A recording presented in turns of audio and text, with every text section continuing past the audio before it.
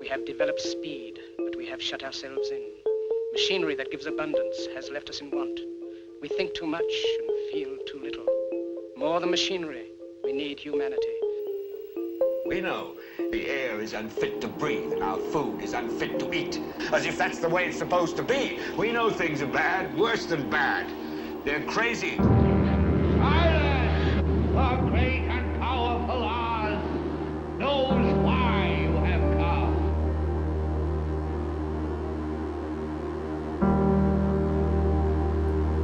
You've got to say, I'm a human being. God damn it! My life has value. You have meddled with the primal forces of nature. Don't give yourselves to brutes. Men who despise you, enslave you, who regiment your lives, tell you what to do, what to think, or what to feel, who drill you, diet you, treat you like cattle, use you as cannon fodder. Don't give yourselves to these unnatural men with machine minds and machine hearts.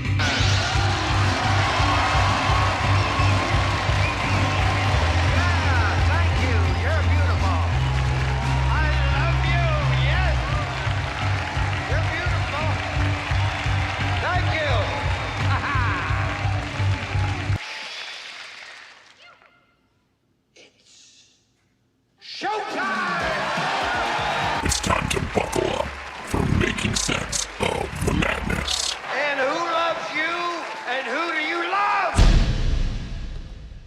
Hey everybody, Jason Bermas here, and these email dumps that are now publicly available, and supposedly there is more to come, really do have an insight that most people still cannot comprehend. And I say that because today we are going to highlight a email exchange between Stacey Plaskett and Jeffrey Epstein. And I'm sorry, not an email exchange, but a text message exchange, okay, that allegedly took place during a congressional hearing where Michael Cohen, the former lawyer of Donald Trump and one of the main players that helped try to take him down, okay, while he's there, just before Plaskett is going to ask him questions, you know who's feeding the questions to Plaskett? Jeffrey Epstein in 2019. Now, we're going to also highlight some other things about Plaskett in this, but the overarching question is this the norm in Washington, D.C., in governments around the world, that not only do you have people like Epstein, when I say people like Epstein, I mean the billionaire class, I mean the predator class, I mean abusers and what they think are owners of other human individuals. Do they really run things this way? And we're also going to highlight the fact that the media continues to make the narrative about these email drops, for the most part, because I believe it's the Washington Post that put out the Plaskett stuff. Okay, and kudos to them for doing so. The narrative continues to be that Donald Trump knew, Donald Trump is littered in the files, and that's why Donald Trump is covering it up. Now, I have a totally different take on it. Now, these emails don't make anybody look good, and they certainly don't make Trump look good, not in the narrative spin that he knew and did nothing, because that narrative has been eviscerated time and time and time again by Bradley Edwards, who said he was the only one of significance working with him.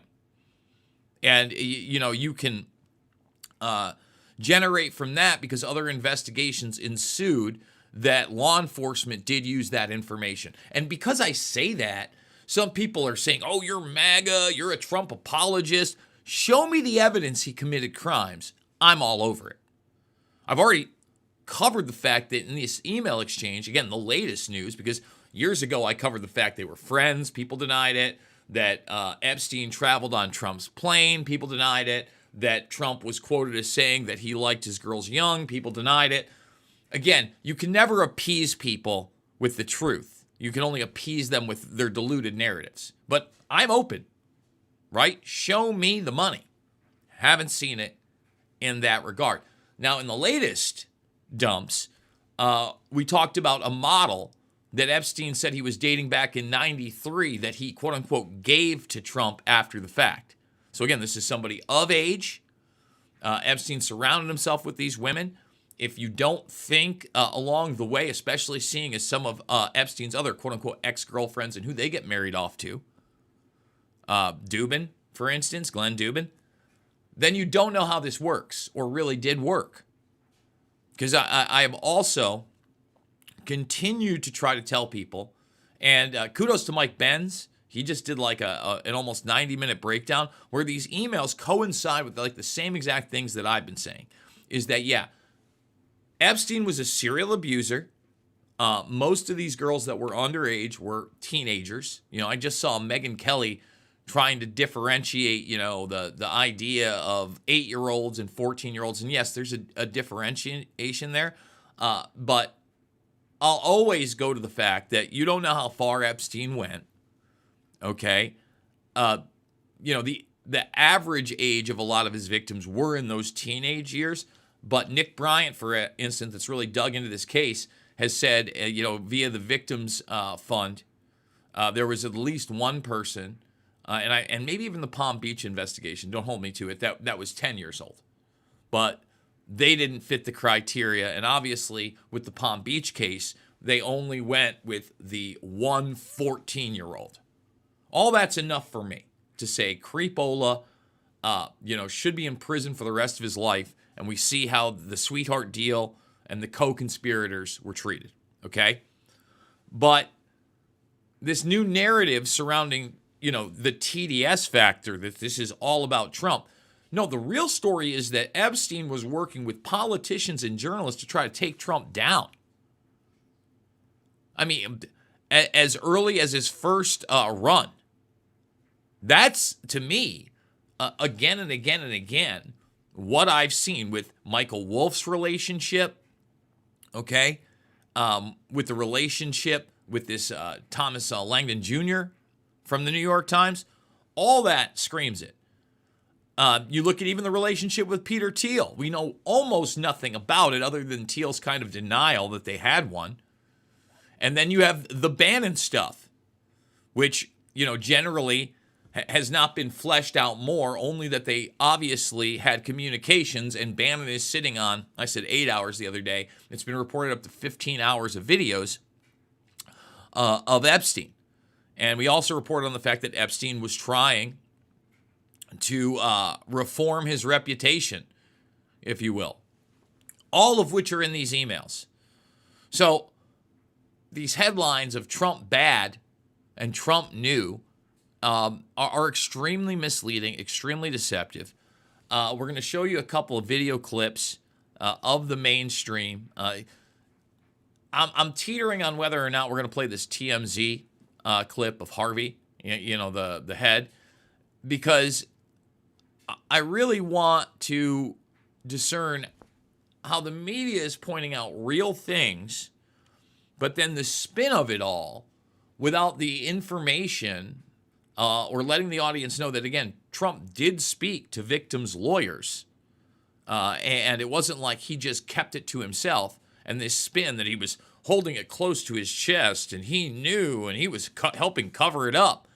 It just, now he's helping cover it up. You bet he is. Like now, 100%. But for the reasons that they're saying, I think it's a lot of Johnny nonsense. You let me know what you think in the live stream comments. Remember, we'll take your super chats if you got them. In the comments down below after the fact, let's get the thumbs up. Subscribe if you're new. About half of our audience is always new. So we'd love for you to subscribe or ring that bell. Again, this is a show that's going beyond the mainstream talking points, beyond the left-right narratives, and into the truth of the matter that this guy, like, literally helped get someone elected to Congress, and literally, as they're trying to take Trump out, is literally texting her what to say. And is that the norm? Is that how influence operations work when it's not about blackmail, but instead curating congressmen, curating politicians, helping them on their rise? That's why we've been hypercritical, speaking of the Trump administration, of the relationship between Peter Thiel and not only Trump, but J.D. Vance, right? So look, if you want to support the broadcast, we need you now more than ever. Truly do need you. $5, $10, $15. It means the world to me. It was so much easier when we had these talk shows with paychecks and producers. Now we're back to grassroots, big donations. It's the holiday season. I just got a Christmas list from my niece. We could use you. There's also a PayPal link down below. I do want to remind people that the good people at Marigold Resources do support the broadcast, and marigoldresources.com. If you're buying or selling a business, my man McGreevy has you covered. He also runs the River City Reader, rcreader.com. Sent me some interesting stuff on NASA and Mars today that we may cover in a later video. And give me the follow on X. It looks like we actually did get about 30 or 40 followers for some reason in the last few days. It may be because of the Epstein stuff. I just don't know. Let's get into it. Epstein was texting U.S. House member during 2019 hearing with Michael Cohen. All right? Now, let me emphasize how important this is. Oh, we did a little bit of that. Thanks for getting in the comments section, everybody. We're going to talk about the donations in a minute.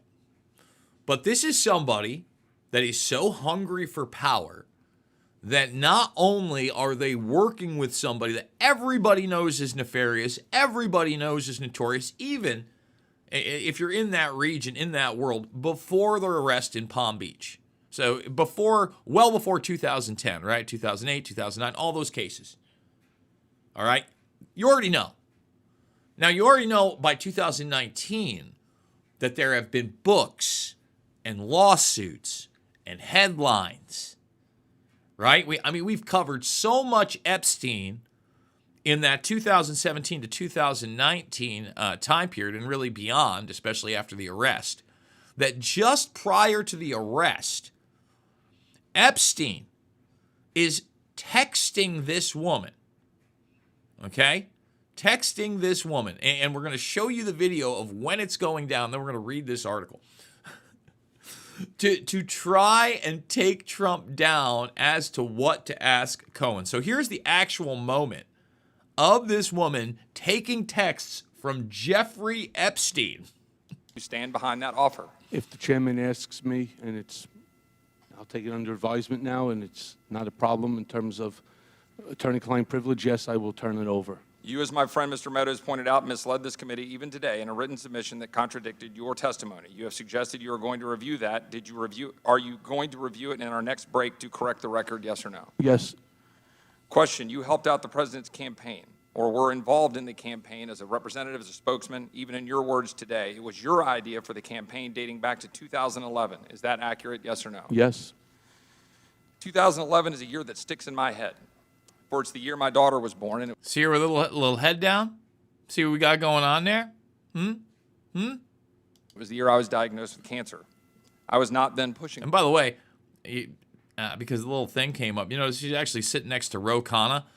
We may do a watch along with Thomas Massey, Ro Khanna, and that Caitlin Clark, little Leslie. The new mainstream Leslie. But let's read some of this. Okay, well, what was going down in here, okay? So the text messages indicate that Epstein may have been watching the hearing live, you think? A little thing called C-SPAN? Although the name of the person he was messaging was redacted from the released records, the contours of the conversation bears an odd resemblance to the events unfolding on the House floor. Mr. Epstein asks whether the person on the other end of the text exchange is chewing gum. Miss Plaskett in the house stops ticking. Not anymore, the unnamed person replies to Epstein. I love it when people sleuth it out, like actually do the work, okay? At one point, Mr. Epstein mentions Rona, referring or keeper of secrets. The unnamed person immediately responds, "Quick, I'm up next. Is that an acronym?" He goes, "That's his assistant," Mr. Epstein said. A short time later on the House floor, Delegate Plaskett asked Mr. Cohen, who is answering questions about persons close to Donald Trump, what is Miss Rona's position? "Good work," Jeffrey Epstein texts in his unnamed conversation partner shortly after Plaskett has asked the question. "Good work," says my lackey in Congress. Okay? It's wild. When she returned his campaign contributions, remember she was forced to return these, mere months after the hearing, Ms. Plaskett sought to distance herself from Mr. Epstein, explaining the donations by denying personal knowledge of the contributions. Okay? Again, cartoon world. Maximum amounts allowed. How Jeffrey Epstein's political donations won him his island and a powerful ally. So again, I didn't know anything. After the pressure goes on, returns the door. I didn't know he helped get her elected. Okay, and then was using that power to sway a congressional hearing. Now, here is at an RFK Jr. hearing a couple of years ago. I think it's Kat Kammack bringing up Stacey Plaskett and her taking all this money from Epstein and knowing it. They know it. I have to bring this up, and since the door was opened, I'm deeply concerned about the fact that there were FEC reports brought up. Mr. Kennedy, you acknowledged that you don't know where those came from. You said that you have no affiliation with those. That PAC, that super PAC, I believe. The ranking member said she was deeply concerned about the affiliation, and we seem to have a guilty by association theme going on here. And so I just have to state for the record that I myself am deeply concerned about the affiliation of the convicted sex trafficker, Jeffrey Epstein, of which the ranking member took campaign donation money from. So I think that's the beauty of the First Amendment, is that we have a right to say what we want to say, but we also have the right to be offended. And look, again, and I know I'll get some flack for daring to bring this up, but in 2015, when Epstein, again, is actively trying to take down Trump's campaign, saying things like he's the only one that can take Trump down. That's later on during the Russiagate stuff. I mean, literally saying these things in the emails. And talking to Wolf, let's see, do I still have the, it's about a pile of money. Everything's about a pile. So I'm doing this Trump book for a pile of money. And he can't wait to talk to his buddy Jeffrey Epstein, who's been he's talking to for years before 2017 when he's doing the book on Trump for a pile of money. So again, one of the things that Donald Trump was honest about, and I liked, was the fact that he talked about buying politicians. He literally said, okay, it's no secret that Donald Trump is rich, and it's no surprise that money influences politics. But few political candidates, let alone presidential contenders, speak about it with as much candor and openness as Donald Trump. You think? "I will tell you our system is broken. I gave to many people before this. Before 2 months ago, I was a businessman. I gave to everybody. When they call, I give. And you know what? When I need something from them 2 years later, 3 years later, I call them.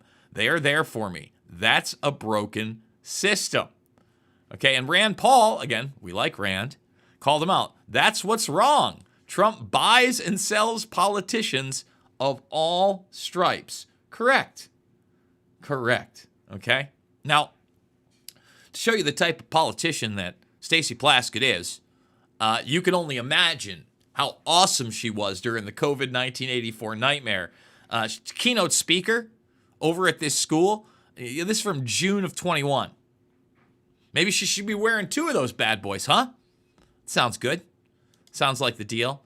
Now, again, the spin is that Trump's awful. And now Bondi has announced investigations into, the Democrats in there. How about Stacey Plaskett?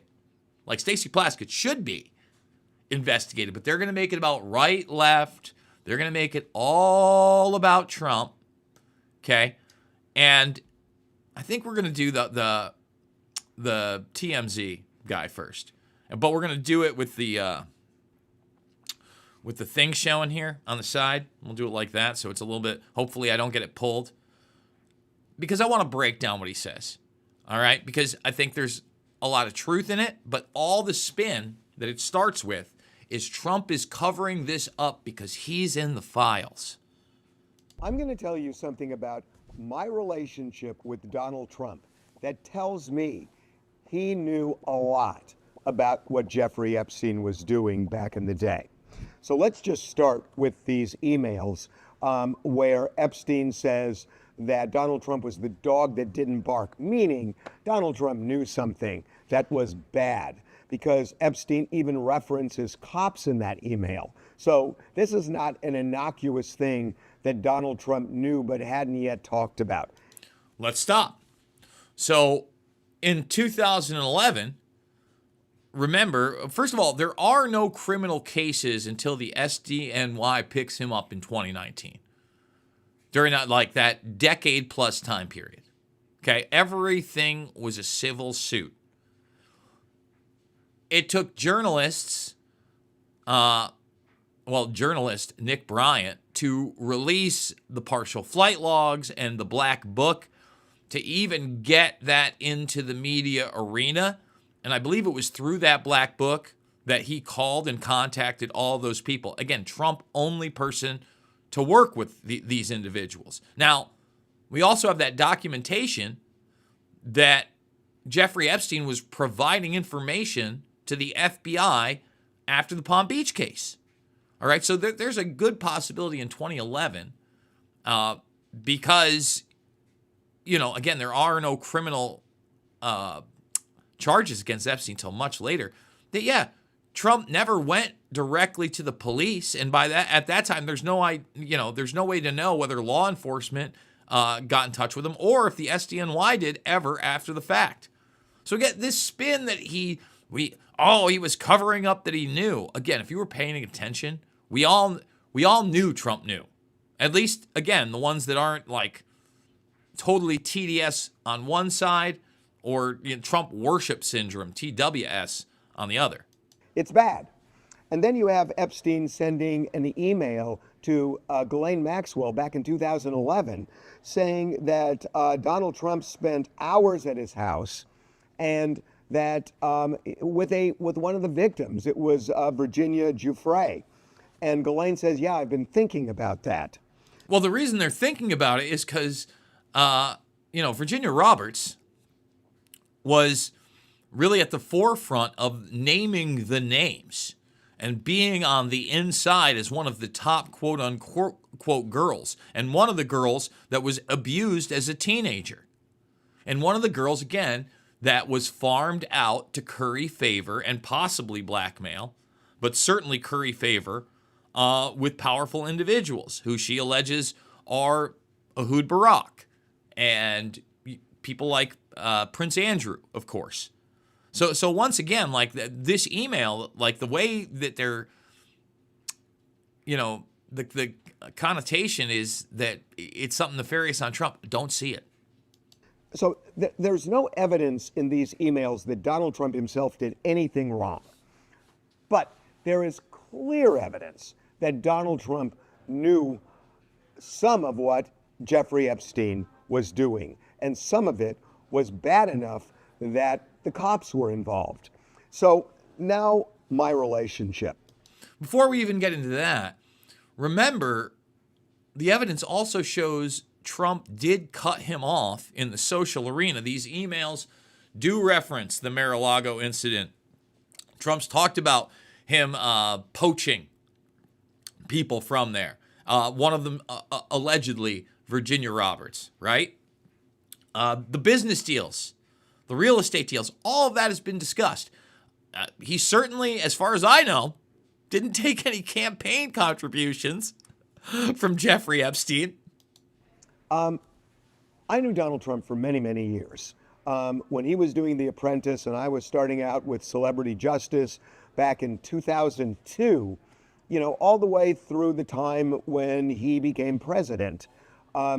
We talked on the phone a lot. And he was a gossip. He loved to gossip. And I don't think that's a bad thing. I mean, a lot of people gossip. He loved it. And look, I don't think I'm the only person who is saying this. I mean, people who knew him, reporters, he just loved to gossip. And I have to say that when you deal with him personally, he is a very charming, personable, and even funny guy. See, here he's being, I think, 100% honest. Trump was a mover and shaker. Yeah, I remember watching those Stern appearances. He very, very much loved to gossip.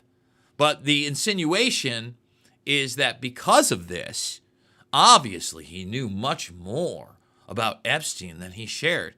No, he did share it. Again, did he highlight the fact that they were best buddies for years? No. These documents don't make anybody look good. Like, I'm actually surprised that I haven't seen the Trump sloppy seconds memes on the girlfriend comment, but again, they don't want to highlight any behavior or activity that's still legal. And that was kind of our relationship when I would call him about a story or whatever. And so, I'll give you an example. I remember there was one time when Donald Trump, I was actually in his office, and he pointed out the window to a building, and he said, I'm not going to name the person because I have no idea whether this is true or not, but a very famous person would bring women to that the apartment building and have sex with them. So that was a gratuitous comment that had nothing to do with why I was there, but he just liked to gossip. Again, the way that they frame it after the fact is the dangerous part. Now, I'm going to play, where is it? Right here. This, at least the first 2 or 3 minutes, because here CNN gets to use real talking points about the Trump administration and Pam Bondi and Kash Patel and their podcast tour and how they were going to, reveal everything and then not. But again, associate it with Orange Man bad. And Donald Trump, he's obviously culpable and he knew. Joining me now is the New York Democratic Congressman Dan Goldman. He's a member of the House Judiciary Homeland Security Committee. Is a former federal prosecutor. So, Congressman, the White House says these emails prove nothing. Clearly, they raise questions. Do you think they do prove anything? They absolutely prove something, which is that Donald Trump knew about Jeffrey Epstein's underage sex trafficking ring. And I say that because I point to the 2011 email with Ghislaine Maxwell, where Jeffrey Epstein wrote to Ghislaine about the dog that hasn't barked, Donald Trump, and that he spent hours with Virginia Giuffre in his house. And Ghislaine Maxwell says, I have been thinking about that. Now, the reason why that... again, think about the spin that they're putting on that. Not that Trump knew of the activity and they, had hoped that he didn't go to anybody. The Virginia Giuffre Roberts stuff in particular. But now it's all, he was hiding it because of the relationship. And then they go to the pictures of Epstein with Trump with his kids. To me stands out is that these are two co-conspirators discussing something that would be detrimental to their own case. It would be admissible in court because of that.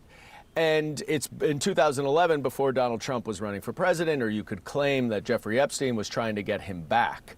And so that just confirms what we have suspected from the 2002 50th birthday letter and the 2003 quote of Donald Trump, where he said that he knows Jeffrey Epstein likes girls on the younger side. And it further confirms that those DOJ Epstein files are going to be full of references to Donald Trump. Think again of the spin. Yeah, they're full of references to Trump because Epstein's actively trying to take him out. Right? And he's constantly being asked by Langdon the journalist. I think Krasner, somebody who no one else has talked about, that journalist, and Michael Wolff about Trump specifically. It's just so disingenuous, but at the same time, that they can bring up like all those things about Trump talking about how Epstein liked him on the young side. That's all real. Maybe it's benign. Maybe it's his knowledge of it. Maybe it's more. But there is no question that what we have seen over the last 6 months is a massive cover-up effort by Donald Trump to prevent the release of the DOJ's Epstein files. That's real. It absolutely. Trump is the one that has said no. But again, before he got in, I was extremely skeptical that he would be allowed because president or not doesn't seem to have the real power. And even if he did, who knows what a lot of his buddies over the year might be guilty of. And not only buddies, the system in general. Again, Epstein equals arms dealer. Prince Andrew equals arms dealer.